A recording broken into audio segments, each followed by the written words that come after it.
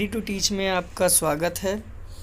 आज हम कक्षा 10वीं विषय सामाजिक विज्ञान भूगोल वर्कशीट नंबर 22 करेंगे और इसमें जो विभिन्न टॉपिक दिए हैं इनको समझेंगे और इससे संबंधित क्वेश्चंस नीचे दिए गए हैं उनको जानेंगे। ये वर्कशीट शिक्षा निर्देशालय राष्ट्रीय राजधानी क्षेत्र दिल्ली की है। आइए आगे बढ़ते हैं। इसमें 3 पॉइंट हैं: प्रारंभिक जीविका निर्वाह कृषि, गहन जीविका कृषि, वाणिज्यिक कृषि। प्रारंभिक जीविका निर्वाह कृषि का जो पहला पॉइंट है वो है यह भूमि के छोटे टुकड़े पर की जाती है। जो प्रारंभिक जीवन निर्वाह कृषि जो है ये वाला ये जो है ये भूमि के छोटे से टुकड़े पर की जाती है। इसका दूसरा पॉइंट है ये प्राचीन औजारों जैसे कुदाली, हसिया, खुरपा आदि का इस्तेमाल इसमें किया जाता है। तीसरा पॉइंट है इसमें किसान वर्षा और मृदा की उर्वरता पर निर्भर करता है। वर्षा यानी मीन्स बारिश और मृदा मिट्टी की उर्वरता, मिट्टी की शक्ति कितनी है उस पर निर्भर करता है। आइए अब गहन कृषि के बारे में पढ़ते हैं। गहन जीविका कृषि, इसका पहला पॉइंट है ये बड़े फार्म पर की जाती है। दूसरा पॉइंट, इसमें आधुनिक मशीनों और उच्च उत्पादकता वाले बीजों, रासायनिक खाद व कीटनाशक आदि का उपयोग किया जाता है। तीसरा पॉइंट, इसमें सिंचाई के लिए नहरों व नलकूपों का प्रयोग किया जाता है। जब पानी के लिए इसमें क्या किया जाता है, नहरों का पानी काटकर या नलकूपों के माध्यम से इसमें सिंचाई की जाती है। वाणिज्यिक कृषि पे आते हैं। वाणिज्यिक कृषि का पहला पॉइंट है इस प्रकार की कृषि में उच्च उत्पादकता प्राप्त करने के लिए आधुनिक बीजों और कीटनाशकों और रासायनिक उर्वरकों का प्रयोग किया जाता है। इसमें नए आधुनिक बीजों का इस्तेमाल किया जाता है, कीटनाशक रासायनिकों का उपयोग किया जाता है।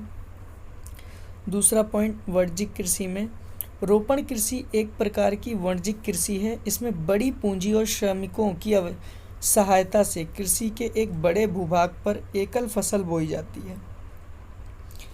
ये वाणिज्यिक कृषि के अंतर्गत आती है रोपण कृषि, और इसमें पूंजी श्रमिक की सहायता से बड़े भूभाग पर कार्य किया जाता है या कृषि की जाती है।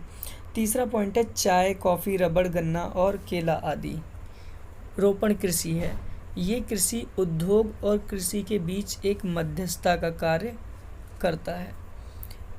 कृषि उद्योग में ये जो अभी पढ़े हमने चाय, कॉफ़ी, रबड़, केला आदि, ये कृषि के बीच एक मध्यस्थता का कार्य करते हैं। तो ये 3 प्रकार की हमने कृषि पढ़ी है। एक प्रारंभिक जीविका निर्वाह कृषि, दूसरा है गहन जीविका निर्वाह जीविका कृषि और तीसरा है वाणिज्यिक कृषि। आइए अब कृषि की कुछ किस्म हैं उनको पढ़ते हैं।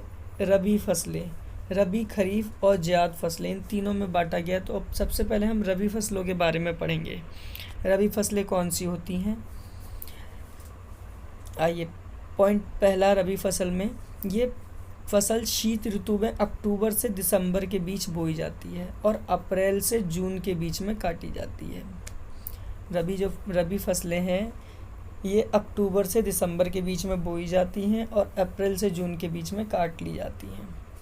इसी का दूसरा पॉइंट है गेहूं, जौ, चना, मटर और सरसों प्रमुख रबी फसलें। अच्छा है, गेहूं, जौ, चना, मटर ये रबी फसलों में आती है।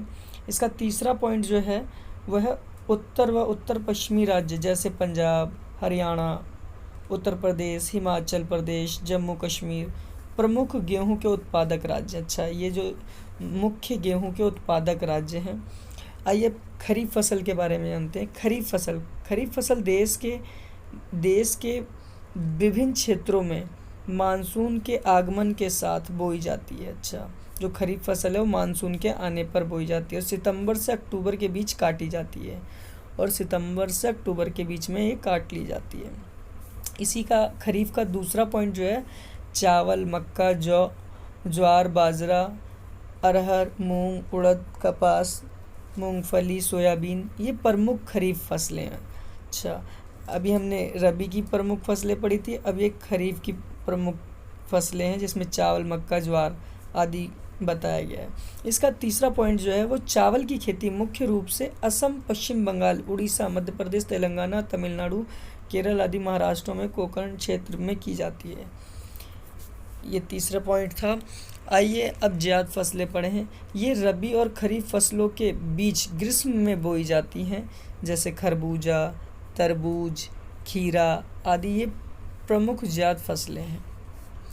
इस तरीके से ये वर्कशीट थी और इस वर्कशीट के हमने जो मेन पॉइंट्स हैं उनको पढ़ा, समझा कि क्या होती है प्रारंभिक जीवन निर्वाह कृषि, गहन जीविका कृषि और वाणिज्यिक कृषि। फिर उसी के साथ हमने रबी फसलें, खरीफ फसलें और जायद फसलें पढ़ी हैं। आइए अब क्वेश्चंस की ओर बढ़ते हैं और उनका आंसर बताते हैं या जानते हैं। पहला क्वेश्चन, अपने घर में प्रयोग की जाने वाली प्रमुख रबी, खरीफ और जायद फसलें। देखिए हमारे घर में जो रबी की जो फसलें हैं, रबी की फसलों में गेहूं का उपयोग होता है, सरसों के तेल का उपयोग होता है, ये रबी की फसलें हो गई। और खरीफ की फसलों में चावल, मक्का ये दोनों का ही इस्तेमाल होता है, अरहर की दाल का उपयोग होता है। और जायद में गर्मी में हम लोग खरबूजा और तरबूज वगैरह खाते हैं। तो इन तीनों का ही आंसर पहले क्वेश्चन का तीनों ही आंसर हो सकते हैं। दूसरा क्वेश्चन है अपने घरों में उपयोग की जाने वाली रोपण कृषि से संबंधित कहीं 3 फसलों के नाम बताएं। रोपण कृषि, अभी हमने ऊपर पढ़ा था रोपण कृषि कौन सी होती है, और इनकी तीन वो बतानी है हमें रोपण कृषि की। अभी हमने इसी में ही पढ़ा था रोपण कृषि कौन सी है। रोपण कृषि जो है वो वाणिज्यिक कृषि में आती है। रोपण कृषि एक प्रकार की वाणिज्यिक कृषि है जिसमें चाय, कॉफ़ी, रबड़, गन्ना ये सारी रोपण कृषि के अंतर्गत आती है।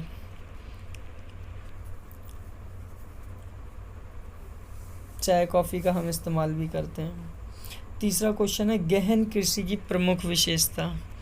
गहन कृषि की प्रमुख विशेषता हम पढ़ेंगे इसमें। गहन कृषि की जो विशेषता है ये एक बड़े फार्म पर की जाती है। इसमें आधुनिक मशीनों का उपयोग किया जाता है, रासायनिक खादों का इस्तेमाल, कीटनाशक दवाइयों का उपयोग किया जाता है। इसमें सिंचाई के लिए नहरों के पानी का इस्तेमाल किया जाता है और नलकूप का इस्तेमाल किया जाता है। इसमें जो चौथा क्वेश्चन है वो लास्ट, भारत में खेती एक जुआ है, क्या आप इस बात से सहमत हैं?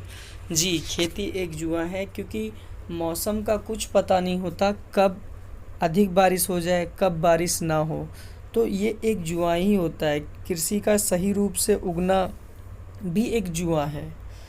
तो इस तरीके से ये आपकी वर्कशीट नंबर 22 कंप्लीट हुई। अगर ये वीडियो आपको अच्छी लगी हो तो प्लीज़ लाइक करें, शेयर करें और हाँ, चैनल सब्सक्राइब करना ना भूलें। Ready to teach. Thank you, धन्यवाद।